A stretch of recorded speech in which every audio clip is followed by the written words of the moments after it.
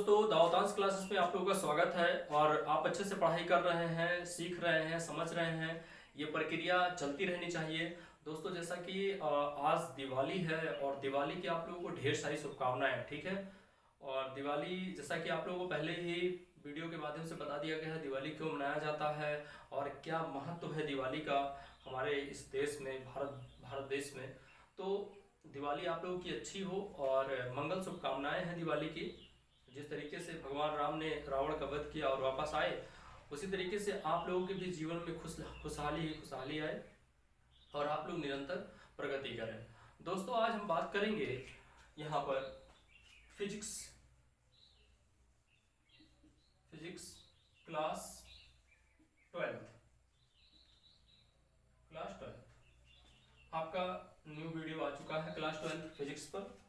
Physics दोस्तों, physics के बारे में बता दें कि फिजिक्स क्या होता है। फिजिक्स दोस्तों जनरली आप समझ लीजिए कि फिजिक्स जो है, भौतिक विज्ञान जो है, वो प्रकृति का अध्ययन करना ही भौतिक विज्ञान कहलाता है। मैंने बहुत पहले बताया भी था कि फिजिक्स जो शब्द है वो फ्यूसिस से बना है और फ्यूसिस मतलब होता है प्रकृति। क्या होता है? प्रकृति, यानी कि नेचर, ठीक है। प्रकृति यानी प्रकृति को जानना, समझना, ठीक है ना, उसके द्रव्यों का अध्ययन करना, यही चीज क्या कहलाती है? फिजिक्स कहलाती है, ठीक है। देखिए दोस्तों, फिजिक्स के जो पिता रहे हैं, जिसको पिता कहा जाता है, वैसे तो जनक जो है न्यूटन को कहा जाता है, लेकिन पिता जो है वो गैलीलियो को कहा जाता है। किसको कहा जाता है? गैलीलियो। दोस्तों, ये तो बात हो गई, पिता जो है गैलीलियो को कहा जाता है, क्योंकि गैलीलियो ने बहुत सारी खोज की है फिजिक्स में। लेकिन क्या माता को जानते हैं आप? माता को जानते हैं? फिजिक्स हो या साइंस हो, साइंस की माता का क्या नाम है? बता सकते हैं? चलिए कमेंट सेक्शन में आप बताइएगा। वैसे आपको बता दूं कि साइंस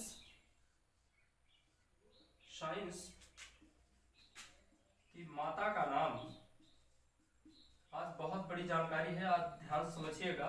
साइंस की माता का नाम, तो ध्यान दीजिएगा, यहां पर मैं लिख रहा हूं, आप समझ सकते हैं। आवश्यकता, जिज्ञासा, उत्सुकता आदि, ये साइंस की माता का नाम है, ठीक है। जब तक आपके अंदर आवश्यकता नहीं होगा, आवश्यकता आपको नहीं लगेगा, जिज्ञासा नहीं होगा, उत्सुकता नहीं होगा कुछ जानने का, तब तक आप खोज नहीं करते हैं। और जैसे ही ये जिज्ञासा उत्पन्न होता है, तुरंत ही आपसे क्या हो जाता है? खोज हो जाता है।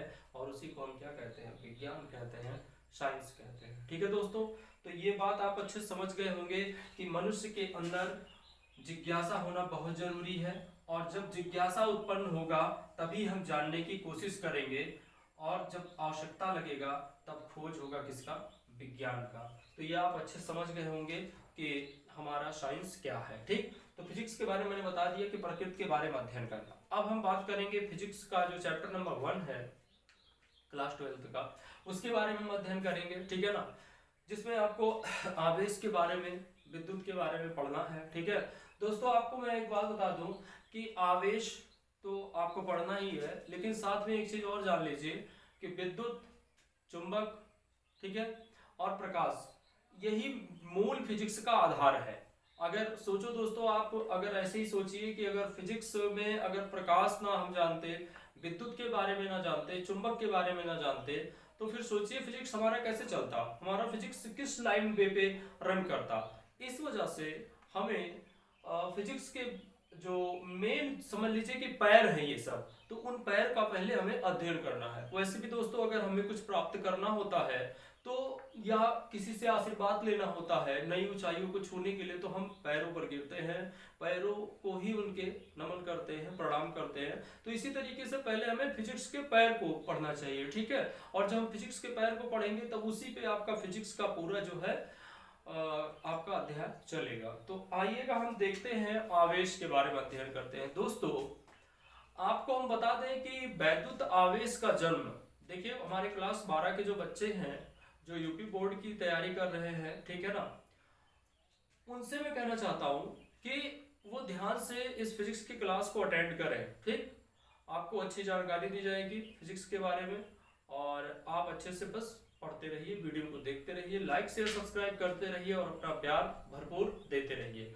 दोस्तों, आवेश जो आपका है वैद्युत आवेश, इसका जन्म जो है वो 2500 वर्ष पूर्व ही हो गया था। कितने वर्ष पूर्व?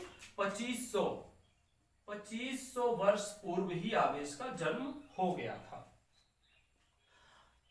जब जन्म हुआ इसका तो एक बहुत बड़े महान दार्शनिक थे जिनका नाम क्या था? थेल्स। क्या नाम था? थेल्स। यहां पर हम लिख रहे हैं, आप लोग नोट कर लीजिएगा।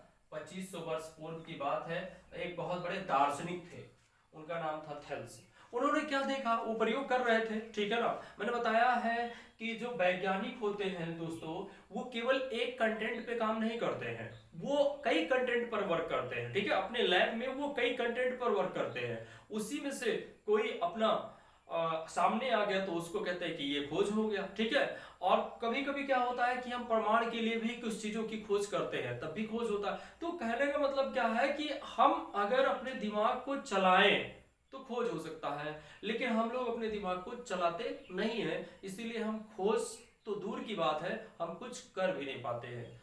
दोस्तों, जीवन कर्म की रेखा पर चलता है तब भाग्य बदलता है, इसलिए कर्म को अपने करिए, भाग्य बदलेगा, ये हमेशा ध्यान रखिए। कर्म को करना है, यहां पर ना कोई बीमारी का बहाना करना है, ना किसी भी प्रकार से किसी चीज का बहाना करना है, बस हमें निरंतर प्रगति करने के लिए कर्म की अवधारणा पर चलना पड़ेगा। आइएगा, थेल्स नामक जो दार्शनिक थे, इन्होंने 2500 ईसा पूर्व क्या देखा कि एक आपका था अंबर नामक पदार्थ। ध्यान दीजिएगा, अंबर नामक पदार्थ था, यहां पर हम लिख रहे हैं, इसे अंबर कहते हैं। वैसे इस पदार्थ को उसने क्या किया? अंबर नामक पदार्थ को जो आपका था, उसने किया, थेल्स ने, ऊन के जो स्वेटर बनाए जाते हैं या कपड़े बनाए जाते हैं, या यूं कह सकते हैं ऊन से ही, ठीक है ना, ऊन से रगड़ा, ठीक है। ऊन पर अंबर को रगड़ा, ठीक है। तो दोस्तों, जब काफी देर तक उसने रगड़ा तो देखा कि जो ये अंबर नामक पदार्थ था, ये छोटी छोटी वस्तुओं को आकर्षित करने लगा, जैसे कागज के टुकड़े को, ठीक है ना, किसी घास के तिनके को, ये आकर्षित करने लगा। वो काफी अचंभित हो गया। और आप लोग भी देखते हैं, आप लोगों ने बचपन में किया होगा, आप लोग पेन लेते हैं और उसके बाद सर पे तेल होता ही है, आप लोग यहाँ पर देर तक मालिश करिए, देर तक ऐसे, और क्या होता है, ये पेन आपका क्या हो जाता है? आवेशित हो जाता है, आवेशमय हो जाता है, और वो क्या करता है? घास के छोटे छोटे तिनकों, या फिर यूं कह सकते हैं आपकी कागज के छोटे छोटे टुकड़ों को अपनी ओर क्या करता है? आकर्षित करने लगता है, उसके अंदर ये गुण आ जाता है, ठीक है। तो उसने देखा, लेकिन दोस्तों इसके बाद 2500 ईसा पूर्व की बात है ये, लेकिन इसके बाद 2000 वर्षों तक इस पर कोई कार्य नहीं हुआ, किसी ने ध्यान ही नहीं दिया कि थेल्स ने क्या बताया था, किसी ने ध्यान ही नहीं दिया। उसके बाद दोस्तों सन 1600 ईस्वी में, कब? सन 1600 ईस्वी में, 1600 ईस्वी में डॉक्टर गिलबर्ट, ध्यान दीजिएगा, वैज्ञानिक का नाम क्या है? Doctor Gilbert. डॉक्टर गिलबर्ट ने देखा कि उसने तो जो थेल्स थे उनके सिद्धांत को उठाया, अध्ययन किया, और उसके बाद कुछ और चीजों को देखा। तो उसने क्या देखा कि जब आबनूस की छड़ को, एक आबनूस की छड़ होती है, जब आबनूस की छड़ को हम बिल्ली की खाल से रगड़ते हैं, किससे रगड़ते हैं? बिल्ली की खाल से। तो बिल्ली के खाल से रगड़ने पर जो आपका आबनूस का छड़ है वो आवेशित हो जाता है, ठीक। इसी प्रकार से लाख होता है, ठीक, और भी कई चीजें होती है जो रगड़ने पर क्या हो जाती है? वैद्युतमय हो जाती है, आवेशमय हो जाती है, ठीक है। दोस्तों ध्यान दीजिएगा, यहां बार बार मैं कह रहा हूं कि रगड़ना, रगड़ना, देखिए रगड़ना, रगड़ने से क्या होता है? रगड़ना मतलब होता है घर्षण, आपको पता ही होगा, घर्षण, ये ध्यान रखिएगा हमेशा। रगड़ने का अर्थ क्या होता है? घर्षण। तो जब हम किसी भी बॉडी पर, रिजिड मतलब जो भी बॉडी है उस पर हम घर्षण करेंगे, फ्रिक्शन, या रगड़ेंगे, तो क्या होगा? वो चीज आवेशित हो जाएगी, आवेशमय हो जाएगी, यानी कि विद्युतमय हो जाएगी, आवेशमय हो जाएगी, कुछ भी कह सकते हैं, विद्युतमय हो जाएगी, ठीक है ना। यानी विद्युतमय यानी विद्युता का उसमें क्या आ जाएगा? गुण आ जाएगा, और ये जो विद्युत का जो गुण आ जाता है ये किस कारण से आता है? विद्युत के कारण से आता है, ठीक है ना। इसी तरीके से जो आवेशमय हो रहा है, क्या हो रहा है? आवेशमय हो रहा है, वो किसके कारण से? आवेश के कारण से। अब आवेश क्या होता है ये चीज जान लेना बहुत ही जरूरी है, क्योंकि आवेश आवेश आवेश आवेश ही चल रहा है, तो आवेश को जान लेना बहुत ही जरूरी है। तो ध्यान दीजिएगा,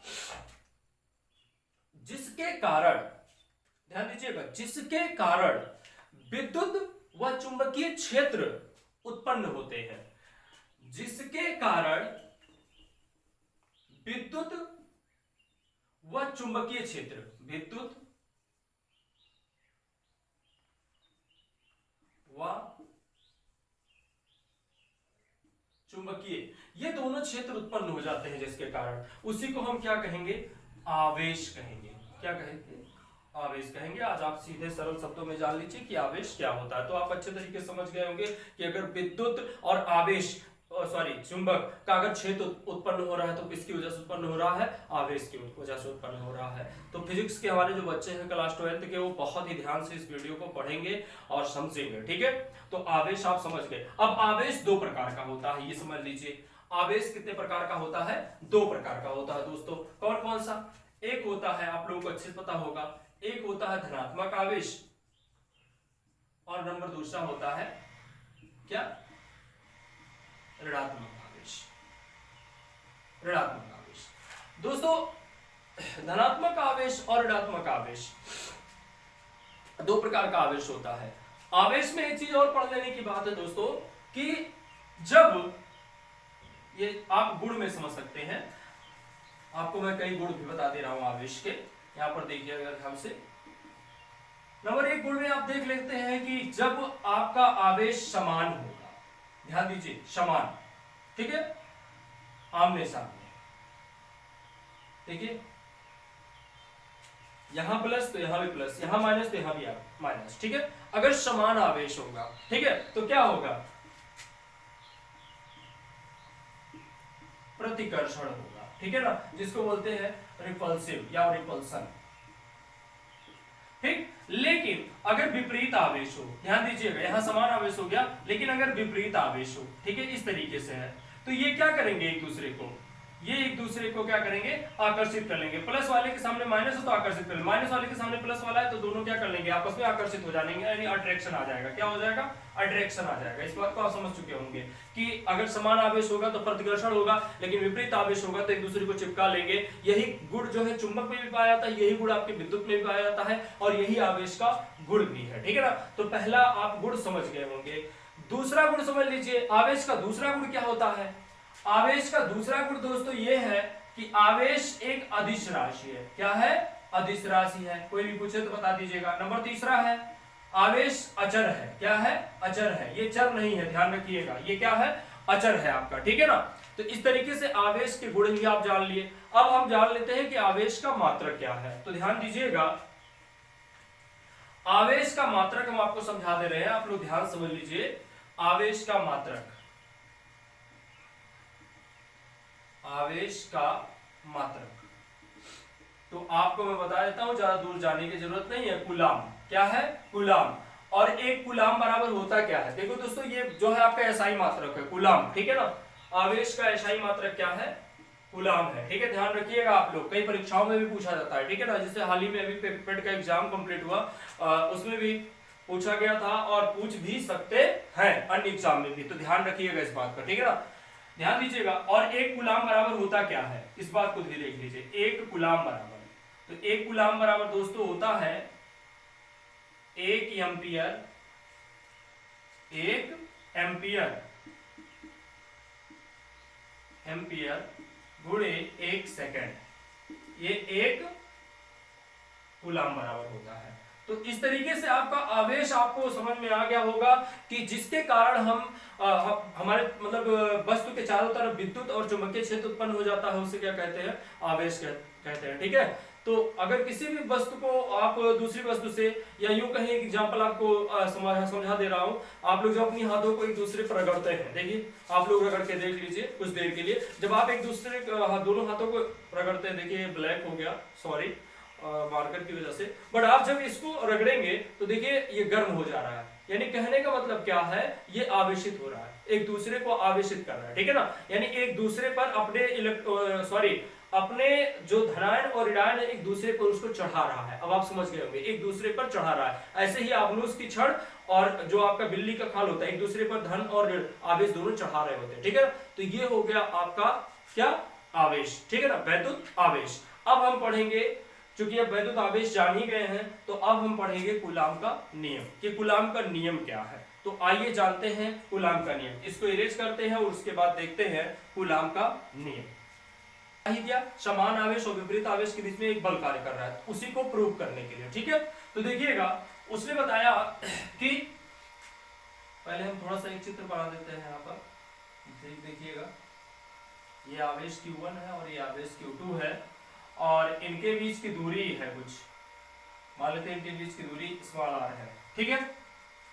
ध्यान दीजिएगा दोस्तों, कूलाम ने बताया कि दो स्थिर बिंदु आवेशों के बीच, दो स्थिर, देखिए यहां भी एक आवेश यहां पर भी है और दोनों स्थिर है, दो स्थिर बिंदु आवेशों के बीच लगने वाला प्रतिकर्षण अथवा आकर्षण बल, दो स्थिर बिंदु आवेशों के बीच लगने वाला आकर्षण अथवा प्रतिकर्षण बल दोनों आवेशों की मात्राओं के गुणनफल के अनुक्रमानुपाती, दोनों आवेशों की मात्राओं के गुणनफल के अनुक्रमानुपाती, यानी कि यहां आवेश क्या है, Q1 और Q2 है, तो जो फोर्स है आपका वो दोनों आवेशों की मात्राओं के क्या है, अनुक्रमानुपाती है। और आपको मैंने बताया है पिछले वीडियो में, कई वीडियो मैंने बताया है कि अनुक्रमानुपाती क्या होता है, ठीक है ना, यानी Q1 Q2 क्या है, अनुक्रम है किसके, फोर्स के, यप के, ठीक है ना। तो उसने बताया, किसने, कूलाम ने, कि दोनों आवेशों की मात्राओं के गुणनफल के अनुक्रमानुपाती तथा उनके बीच की दूरी के वर्ग के व्युत्क्रमानुपाती होती है, यानी कि फिर फोर्स को आप उठाइए और उनके बीच की दूरी के वर्ग के व्युत्क्रमानुपाती होती है। देखिए वर्ग भी है और व्युत्क्रम भी है, ये आपका व्युत्क्रम है या नहीं है बताइए, उल्टा है ना, यहाँ पर देखिए 1/r²। अगर व्युत्क्रमानुपाती ना कह करके अनुक्रमानुपाती ही कहता तो हम इसी तरीके से इसके मतलब सामने लिखते, लेकिन हम यहाँ विपरीत में लिखे हैं, ठीक है, क्योंकि व्युत्क्रमानुपाती कह रहा है, ठीक। तो इस तरीके से आपने देख लिया नियम क्या है। यहाँ पर नियम दिया कि जो दो बिंदु आवेश है स्थिर, उनके बीच की उनका जो आवेशों की मात्रा है उनके गुणनफल के अनुक्रमानुपाती और उनके बीच की दूरी के वर्ग के व्युत्क्रमानुपाती होता है। दोनों समीकरण को equation number first and second से जब देखेंगे तो यहाँ पर आपको मिलेगा F अनुक्रमानुपाती Q1 Q2/r², मिलेगा या नहीं मिलेगा, ये भी अनुक्रमानुपाती है और F के ही व्युत्क्रमानुपाती 1/r² है, तो दोनों को एक साथ लिखेंगे। और यहाँ पर दोस्तों जब हम क्या करते हैं, ध्यान दीजिएगा, जब अनुक्रमानुपाती को हटाएंगे तो यहाँ पर हमने आपको बताया है कि अनुक्रमानुपाती को जब भी हटाया जाएगा तो इक्वल में लाने के लिए एक नियतांक का प्रयोग करना पड़ेगा। तो यहाँ पर नियतांक हम K ले रहे हैं और Q1 Q2/r², इस तरीके से आपका ये सूत्र निकला और यहाँ पर न्यूटन लिखेंगे, क्यों, क्योंकि आपका बल का बात हो रहा है, ठीक है ना, और बल का मात्रा क्या होता है, न्यूटन होता है, इस बात को आप समझ रहे हैं, ठीक है। यहाँ जो दोस्तों K है, अब इसकी बात कर ले रहे हैं, यही नियम हो गया, बस इतना ही लिखना आपको परीक्षा में, अगर कूलाम का नियम आता है इतना लिख देंगे, आपका काम कोई दिक्कत नहीं है, ठीक है ना, आपको फुल नंबर मिलेगा। लेकिन आगे जान लेते हैं K क्या है। तो K को अच्छे तरीके से समझिएगा, K क्या है, ये एक अनुक्रमानुपाती नियतांक है, क्या है, एक अनुक्रमानुपाती नियतांक है। अब इस K के मान को हम क्या क्या रख सकते हैं, तो ध्यान दीजिएगा आप सभी लोग, यहाँ पर हम इसको इरेज कर रहे हैं, अगर आपको स्क्रीनशॉट लेना है तो ले लीजिए। और देखिएगा दोस्तों, यहाँ पर K के मान को हम यहाँ पर लिख रहे हैं, K के मान को हम क्या क्या ले सकते हैं, तो देखिएगा K के मान को हम 9 × 10⁹, 9 × 10⁹,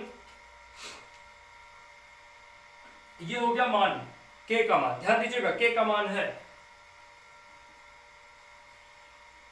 न्यूटन मीटर स्क्वायर प्रति कूलाम स्क्वायर। अगर आपसे कोई पूछ रहा है दोस्तों कि ये K का मान आया कहां से, तो ध्यान दीजिएगा, जब तक हमारा मान बल का मात्रक, जब तक हम न्यूटन और मतलब मान रखना है जो, और दूरी का मात्रक मीटर और आवेश का मात्रक कूलाम, तीनों के मान को उठा करके जब तक इसमें नहीं रखेंगे, इन मात्रकों में, मतलब कहने का मतलब है अगर मीटर के स्थान पर सेंटीमीटर यूज कर देंगे आप, मान सेंटीमीटर में रख देंगे, तो ये मान जो है अलग आ जाएगा, फिर ये जो है आपका रॉन्ग हो जाएगा, 9 × 10⁹ नहीं रह जाएगा। ठीक है, कभी कभी क्या करते हैं दोस्तों, k के मान को हम 1/4πε0 भी लेते हैं, या नॉट, इसको चाहे 0 कहिए या नॉट कहिए, 1/4πε0 लेते हैं। क्या समस्या है कि इसको लेना पड़ रहा है, जब आपका निर्वात या वायु होगा, निर्वात या वायु होगा, तब हम k के मान को 1/4πε0 लेंगे। अब यहां पर देख लेते हैं, 4 तो आपको समझ में आ रहा है, पाई तो समझ में आ रहा है, एप्सिलॉन नॉट क्या है? एप्सिलॉन नॉट दोस्तों निर्वात, जो निर्वात आपका है, निर्वात है ना, मैंने कहा चाहे निर्वात ले लीजिए या वायु ले लीजिए, तो जो निर्वात है वो निर्वात की ये वैद्युतशीलता है। क्या है? वैद्युतशीलता।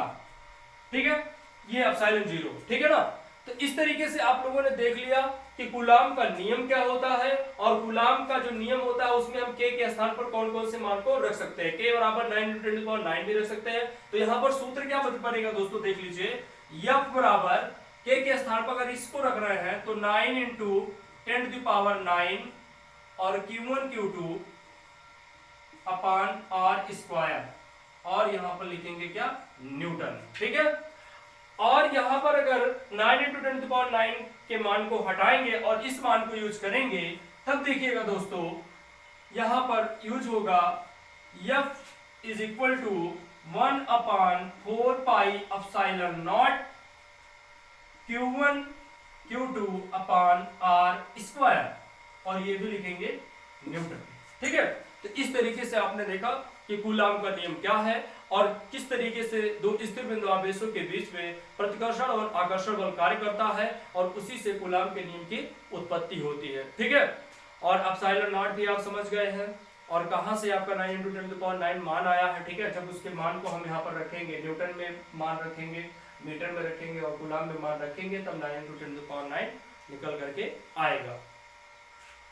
इस तरीके से दोस्तों आपका कूलाम का नियम कंप्लीट हुआ। आगे और भी हेडिंग्स आपको बताए जाएंगे इस चैप्टर के अंतर्गत। वीडियो को खूब ज्यादा लाइक शेयर सब्सक्राइब आप कर रहे हैं और ऐसे ही करते रहिए। आगे और भी वीडियो आपको मिलने वाले हैं फिजिक्स पर, और एक अच्छा क्लास मिलेगा जिससे आप बहुत कुछ सीखेंगे, और यूपी बोर्ड का अच्छे तरीके से तैयारी भी करवाया जाएगा। तो आप लोग बने रहिए और वीडियो को खूब ज्यादा प्यार और समर्थन दीजिए, और सबकी दीपावली अच्छी हो, ढेर सारी शुभकामनाएं, और खुशियों के दीप आप जलाते रहें, जगमाते रहें, और सभी के लिए मंगल कामनाएं करते रहें। धन्यवाद।